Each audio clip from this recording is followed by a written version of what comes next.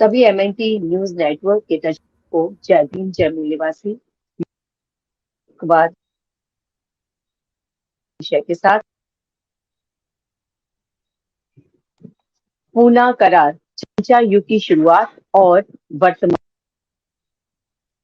हमारी वासी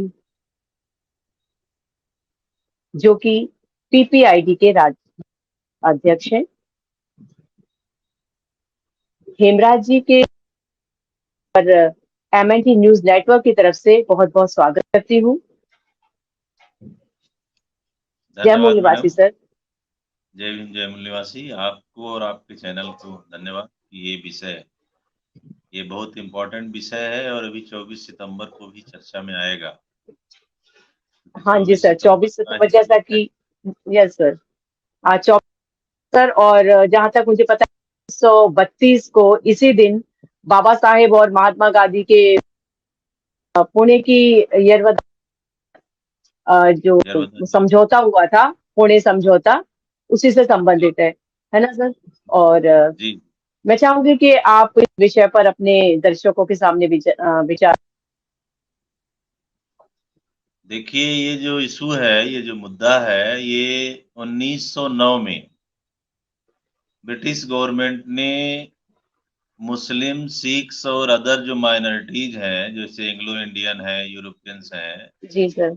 इनको सेपरेट इलेक्टोरेट की व्यवस्था कर दी थी। जी क्योंकि वो हिंदू नहीं है, तो 1932 में थर्ड राउंड टेबल कॉन्फ्रेंस में बाबा साहब ने भी ये बात रखी कि भाई जो अनटचेबल है, जो अछूत है, वो भी हिंदू नहीं है। जब मुस्लिम को, सिखों को और अदर माइनॉरिटीज को आपने सेपरेट इलेक्टोरेट दिया है, यानी पृथक निर्वाचन क्षेत्र आपने तय कर दिया है, तो जब ये भी हिंदू नहीं है तो इनको भी अलग से आपको सेपरेट इलेक्टोरेट देना चाहिए। तो उस समय जो ब्रिटिश प्राइम मिनिस्टर थे, रैमसे मैकडोनाल्ड, चूंकि ये जो प्रपोजल है 4 अगस्त 1932 को ब्रिटिश गवर्नमेंट ने रखा था और 16 अगस्त 1932 को ये अवार्डेड हो गया था। मतलब बाबा साहब ने जब बहुत सारा आर्गुमेंट किया, जी फर्स्ट राउंड टेबल कॉन्फ्रेंस में बहुत सारी बातें हुई, जिसमें एडल्ट फ्रेंचाइजी का मुद्दा बहुत अहम मुद्दा था, जिसमें हमारे जी एबोरिजिनल जो लोग हैं, जिनको हम इंडिजिनस या मूल निवासी कहते हैं, उनको जो वोटिंग पावर मिलना था, वो 1930 में जो फर्स्ट राउंड टेबल कॉन्फ्रेंस हुआ। इसके जी पीछे और जाते हैं तो साइमन कमीशन जब भारत आया था, और साइमन कमीशन का जो मुद्दा था कि भाई भारत में जो रहने वाले लोग हैं, उनको हम कैसे फैसिलिटेट करेंगे, कैसे उनको आगे डेवलप करेंगे, ये सारा ऑब्जर्वेशन करने, एग्जामिन करने के लिए साइमन कमीशन भारत आया था। लेकिन गांधी एंड कंपनी ने काले झंडे दिखाकर साइमन कमीशन का विरोध किया, मतलब उसको गो बैक के नारे लगाए। लेकिन जी बाबा साहब डॉक्टर भीमराव अम्बेडकर, दीनबंधु सर छोटू राम, शिवदयाल चौरसिया और हमारे एक पंजाब के साथी थे, उनका नाम थोड़ा समय विस्मृत हो रहा हूँ, लेकिन ये 4-5 लोगों ने साइमन कमीशन का वेलकम किया। और जब उसका विरोध ज्यादा हुआ और उस लाठीचार्ज हुए, उसमें ब्रिटिश वाइसराय को वो वापस लेना पड़ा और वो साइमन कमीशन वापस गया। और उन्होंने ये तय जी किया कि जब इनके हम हित की कोई बात करने इंडिया जाते हैं, तो ये लोग विरोध करते हैं, तो इनको ही हम लंदन बुला लेते हैं। तो फर्स्ट राउंड टेबल कॉन्फ्रेंस में 1930 में स्टार्ट होता है, और वो भी इशू ऐसा था कि भारत में 1919 में जो फर्स्ट इंडिया एक्ट आया, क्योंकि इसके पहले तो सारे एक्ट जो ब्रिटिशर्स थे, लेकिन फर्स्ट इंडिया एक्ट 1999 19 में आया, मतलब 1919 में आया। और तब ब्रिटिश गवर्नमेंट ने ये हिदायत दी इंडियन लोगों को कि भाई आपको 10 साल में अपना कॉन्स्टिट्यूशन तैयार कर लेना है, तब हम जा करके आपके देश को फ्री कर पाएंगे। जी तो आप देखेंगे कि 20 फरवरी 1928 को एक समिति बनी भारत में। वैसे वो पहली संविधान सभा थी, क्योंकि उस संविधान सभा या उस समिति ने, जिसके चेयरमैन मोतीलाल नेहरू थे और सचिव जवाहरलाल नेहरू थे, उन्होंने जब उसका प्रपोजल पटल पे रखा, तो भारत के संविधान से संबंधित बहुत सारी बातें उसमें थी, लेकिन जो एडल्ट फ्रेंचाइजी का जो मुद्दा था, मतलब वोटिंग पावर का जो मुद्दा था, वो बहुत अहम मुद्दा था। उसमें ये कंडीशन थी कि जिस इंडियन की उम्र 21 ईयर्स यानी 21 साल हो जाए और वो ग्रेजुएट हो, वो टैक्स देता हो गवर्नमेंट को और उसके पास मिनिमम 10 एकड़ जमीन हो, तो उसी को वोट देने का अधिकार मिलना चाहिए। अब उस समय में तो जी मूल निवासियों की जो हालत थी, मुझे लगता है डॉक्टर बी आर अम्बेडकर के साथ में 5-10 लोग यदि हो सकता है ग्रेजुएट रहे होंगे, एससी एसटी ओबीसी के लोग, से सारे लोग जी इलिटरेट जैसे थे, क्योंकि पढ़ने का अधिकार ही नहीं था। बिल्कुल सही सर। तो बाबा साहब को बड़ा टेंशन हुआ कि ये हमारे लोगों को तो वोट देने का अधिकार मिलेगा नहीं। तब बाबा साहब 19 चूंकि ये जो नेहरू समिति की रिपोर्ट आई थी 1929 में आई थी, जी 1930 में फर्स्ट राउंड टेबल कॉन्फ्रेंस होता है। डॉक्टर बी आर अम्बेडकर अपने बेटे की लाश घर में छोड़ के वहां चले जाते हैं। बड़ी दर्दनाक पोजीशन है जी वो, उधर मैं नहीं जाऊंगा। और बेशक वहां बेशक। पूरा दमखम लगा के जो अपना आर्गुमेंट करते हैं वो, तो ब्रिटिश वाइसराय उसको एक्सेप्ट करते हैं और वो वोटिंग फ्रेंचाइजी उनको, हमारे लोगों को मिलती है। पहली कंडीशन पूरी होनी चाहिए, मतलब उम्र 21 साल हो जाना चाहिए। बकाया वो अनपढ़ है, टैक्स देता है, नहीं देता है, या उसके पास जमीन है, यानी भारतीय है, उसकी उम्र 21 साल है, तो उसको वोट देने का अधिकार। तो एक लड़ाई ये लड़ी बाबा साहब ने, क्योंकि बाबा साहब को ये पता था कि ये पॉलिटिकल राइट है, मतलब राजनीतिक अधिकार है, और यदि ये अधिकार नहीं मिला तो सारे अधिकार अपने आप, मतलब बिना किसी मतलब के रहेंगे, वो मूल्यहीन रहेंगे। इसलिए सबसे ज्यादा जोर बाबा साहब ने वोटिंग फ्रेंचाइजी पर लगाई। उसके बाद जी क्योंकि 1909 में मुस्लिम्स जो, मतलब जो नॉन हिंदू थे उस समय, मुस्लिम, सिख और ये सारे लोग, इनको अलग से सेपरेट इलेक्टोरेट की व्यवस्था ब्रिटिश गवर्नमेंट ने कर दिया था। तो उसी को बेस लेकर के बाबा साहब ने ये तर्क रखा कि अछूत भी हिंदू नहीं है, इसलिए जी अछूतों को भी अलग से निर्वाचन क्षेत्र मिलना चाहिए। और उस समय 78 जो कंस्टिट्यूएंसीज हैं, मतलब 78 सीटें बाबा साहब ने तय किया था। और ये जो कम्युनल अवार्ड 16 अगस्त 1932 को मिला था, ब्रिटिश प्राइम मिनिस्टर मैकडोनाल्ड ने अवार्डेड किया था। तो वो जो कम्युनल अवार्ड, मतलब सांप्रदायिक अधिनिर्णय कह सकते हैं उसको, क्योंकि भारत में जो जाति व्यवस्था थी, जो छुआछूत व्यवस्था थी, तो सो कॉल्ड जो हाई कास्ट लोग थे उनके पास सारी फैसिलिटीज थी, उनको सब कुछ उपलब्ध था। लेकिन जो बैकवर्ड लोग थे, एससी एसटी के लोग थे, इनको किसी भी प्रकार की कोई सुविधा उपलब्ध नहीं थी, ना पढ़ने की, ना धन रखने की, ना अच्छा खाना खाने की, मतलब किसी प्रकार की कोई भी सुविधा उपलब्ध नहीं थी, या ये कह सकते हैं कि कोई भी अधिकार नहीं थे। तो इसलिए बिल्कुल सही। बाबा साहब ने ये तर्क रखा कि जब ये, इनको कोई अधिकार उधर नहीं है, तो इनकी आइडेंटिटी अलग होना चाहिए, और आइडेंटिटी अलग होगी तो फिर इनके लिए सारी फैसिलिटीज भी अलग होगी। क्योंकि 1932 और 31 में जो सेकंड और थर्ड राउंड टेबल कॉन्फ्रेंस में बात चल रही थी, तो गांधी एंड कंपनी ने, खासकर गांधी ने, चूंकि फर्स्ट राउंड टेबल कॉन्फ्रेंस में मिस्टर गांधी गए ही नहीं थे, लेकिन सेकंड हम्म राउंड टेबल कॉन्फ्रेंस में मिस्टर गांधी वहां बिना बुलाए जाते हैं और फिर वहां बहुत सारी बातें रखते हैं। तो उन्होंने ये बात रखी कि अछूतों का नेता मैं हूं। जी गांधी जी ने ये बात रखी कि मैं अछूतों का नेता हूं, क्योंकि उस समय वो हरिजन सेवक संघ चला रहे थे। तो उन्होंने कहा कि भाई हम्म मैं उनके साथ रहता हूं, उनके दुख सुख में भागीदार होता हूं, और उन्हीं के साथ मेरा रहन सहन है। तब डॉक्टर बी आर अम्बेडकर ने उसको काउंटर करते हुए कहा कि अछूतों के साथ जो हुआ है या जो हो रहा है उसका शिकार मैं हूं। I am victim of the untouchability and unbehaviour जो हो रहा है, अमानवीय जो व्यवहार हो रहा है उनके साथ, मैं उसका शिकार हूं। तो रियल में उनके साथ क्या क्या हो रहा है वो गांधी को पता नहीं है, केवल दिखावा करने की आदत है इनकी, इसलिए अछूतों का नेता गांधी नहीं हो सकता। तो इस तर्क पर ब्रिटिश प्राइम मिनिस्टर ने बहुत सारी बातें बाबा साहब के, मैंने बहुत सारा आर्गुमेंट सुना और निर्णय वहां तो नहीं दिया, ये कह दिया कि आप लोग जाइए, हम निर्णय जो भी करेंगे आपस में चर्चा करके निर्णय करेंगे और आप अ, ये सूचना दे दें। तो सितंबर तक में वो जो सूचना आ जाती है, तो गांधी पूना के यरवदा जेल में आमरण अनशन पर बैठ जाते। इसका सीधा सा अर्थ है कि गांधी या उनकी पूरी टीम, कांग्रेस की टीम, कोई भी जी, अछूतों को किसी भी प्रकार का कोई अधिकार देने के पक्ष में नहीं थी। बिल्कुल। लेकिन चूंकि ब्रिटिश गवर्नमेंट थी और डॉक्टर बाबा साहब का जो आर्गुमेंट था वो साइंटिफिक और लॉजिकल हुआ करते थे, उनके सामने कोई काट किसी की नहीं होती थी। तो बाबा साहब का जो आर्गुमेंट है वो ब्रिटिश प्राइम मिनिस्टर को एक्सेप्ट करना पड़ा और 16 सितंबर 1932 को उन्होंने इसको अवार्ड कर दिया।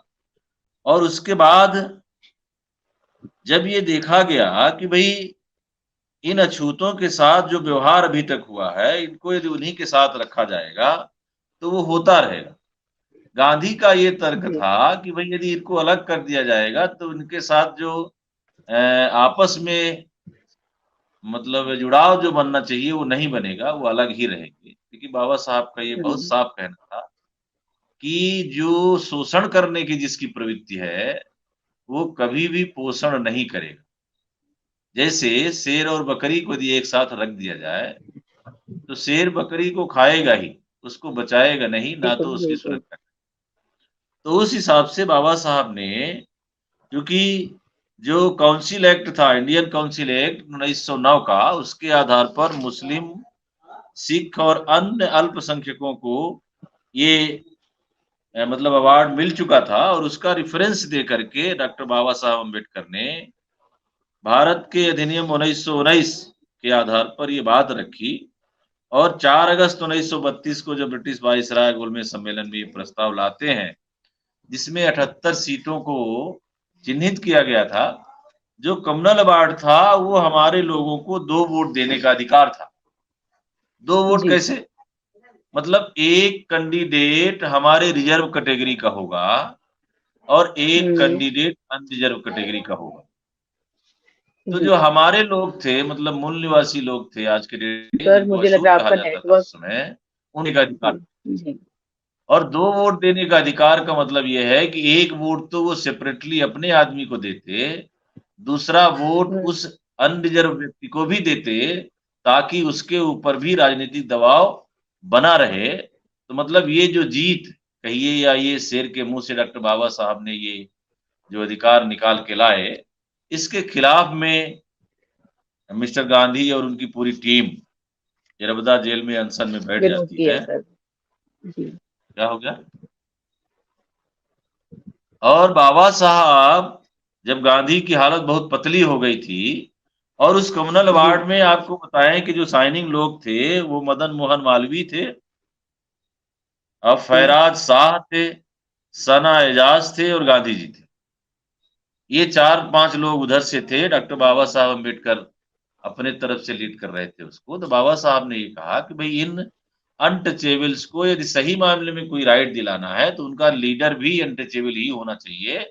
गांधी जैसे लोग उनका लीडर नहीं हो सकता। नहीं हो सकता, ब्रिटिश बिल्कुल। प्राइम मिनिस्टर ने जब ये एक्सेप्ट कर लिया और मिल गया, तब सारे लोगों के पेट में जलन होना शुरू हुई और फिर गांधी की हालत बहुत पतली हो गई जब यरवदा जेल में डॉक्टर बी आर अम्बेडकर को तमाम से धमकियां आने लगी कि हम तुम्हारे लोगों को कत्लेआम कर देंगे, उनको जीने नहीं देंगे, उनको सड़कों पर चलने नहीं देंगे। अंतिम में बाबा साहब को बहुत मजबूरन, मतलब बाबा साहब को ये लगा कि हम जिनके लिए इस अवार्ड की जीत लेके आए हैं, जिनके लिए हम अवार्ड लेके आए हैं, यदि वही लोग नहीं रहेंगे, तो फिर ये हमारे अवार्ड रहने या न रहने का कोई मतलब नहीं है।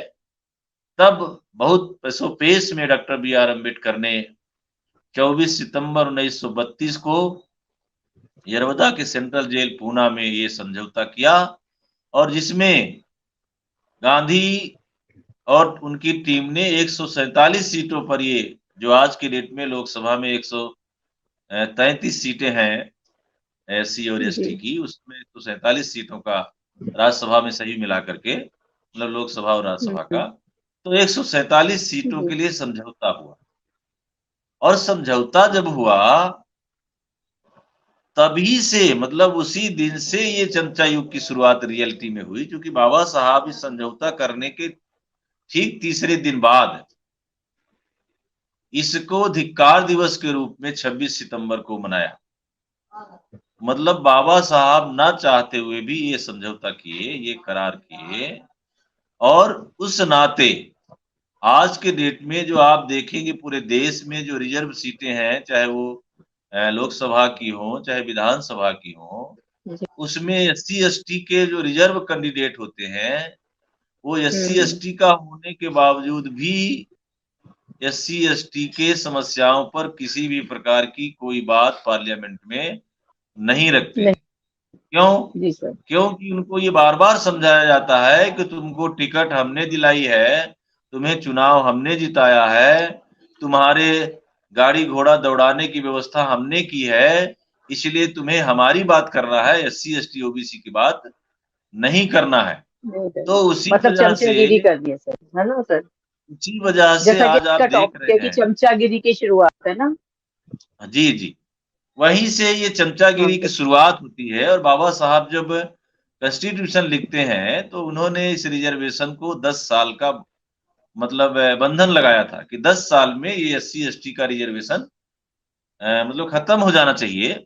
लेकिन आज जो शासक जातियां हैं, उसको ये तर्क दे रही हैं कि डॉक्टर बी आर अम्बेडकर ने नौकरियों के आरक्षणों को कहा था 10 साल में खत्म हो जाना चाहिए। डॉक्टर बी आर अम्बेडकर ने एजुकेशन और सर्विसेज के जो रिजर्वेशन है, उसके लिए कोई लिमिट नहीं लगाई थी। मतलब जब जी तक इस देश में समता स्थापित नहीं होगी, तब तक ये रिजर्वेशन यथावत चलते रहना चाहिए, लेकिन राजनीतिक जी सर रिजर्वेशन 10 साल में खत्म हो जाना चाहिए। अब आप देखेंगे कि हर 10 साल में जी बिना डिमांड के शासक जातियां राजनीतिक आरक्षण अगले 10 साल के लिए बढ़ा देती हैं। और वो चमचे उनको बार-बार मिलते रहते हैं, क्योंकि वो राजनीति के माध्यम से वो चमचे जब उनको आएँगे, तो वो जी सर उनके माध्यम से सत्ता में काबिज रहने के लिए पर्याप्त है। जैसे आप देखेंगे वर्तमान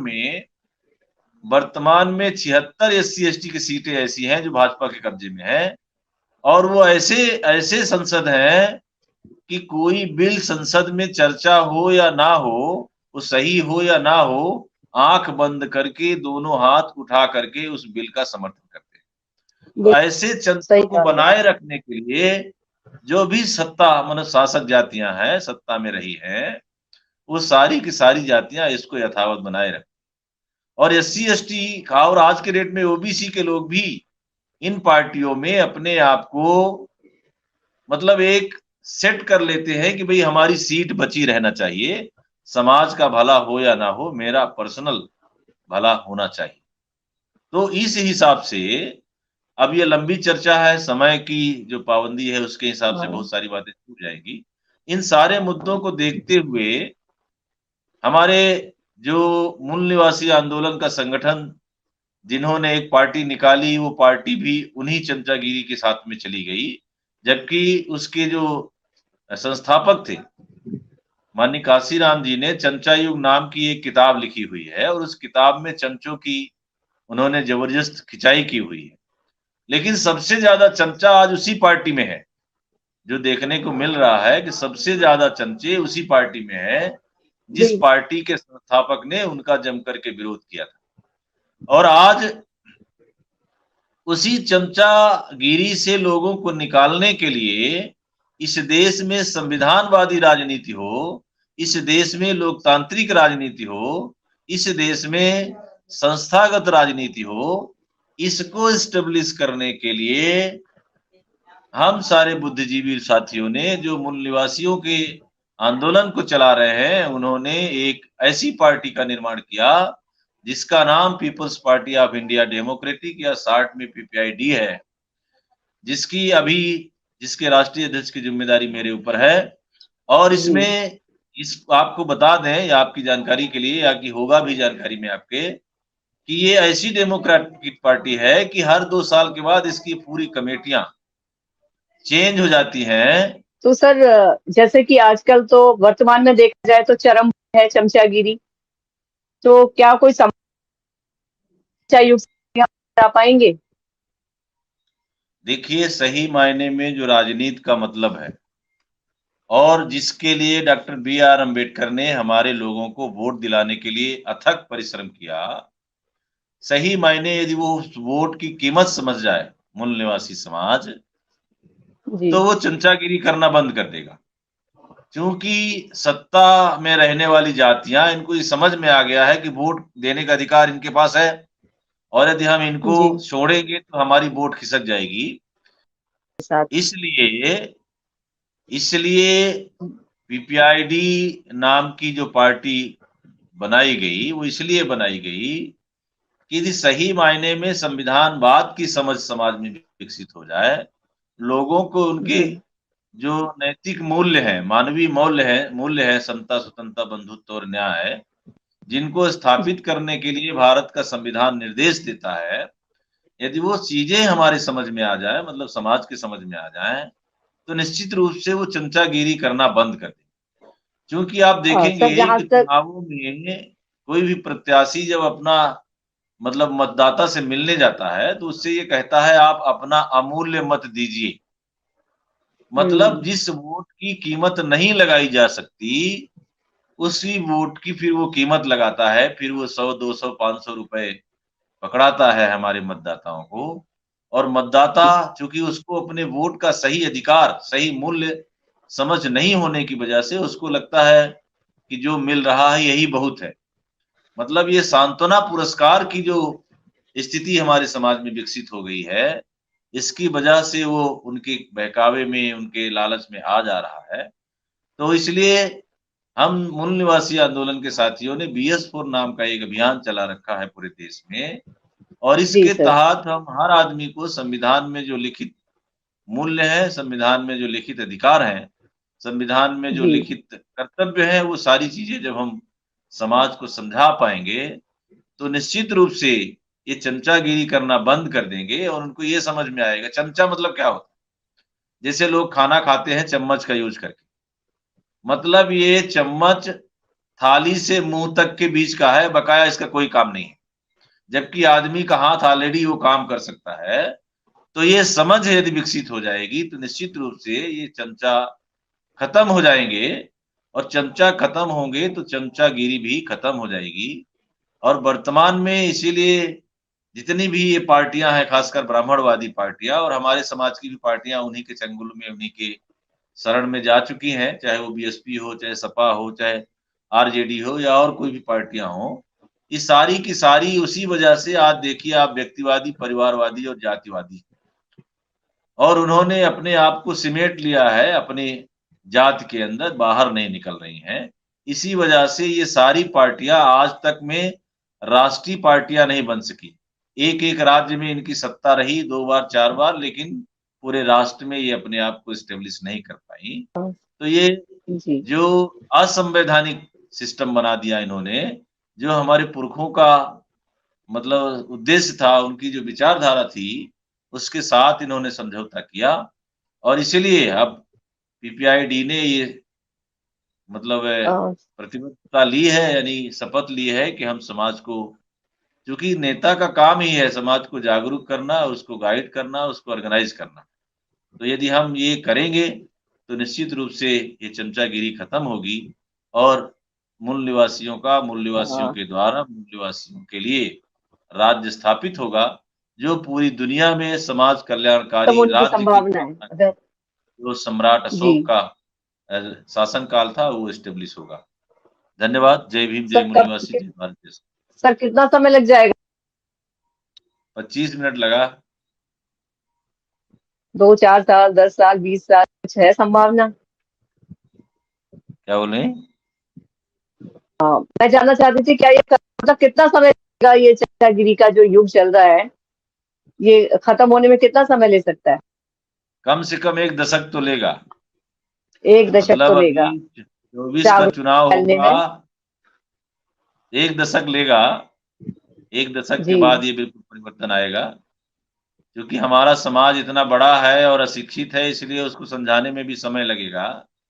इसलिए 1 जी दशक सर। तो मान के चलिए, और 1 जी, दशक तक भी BS4 भी हम।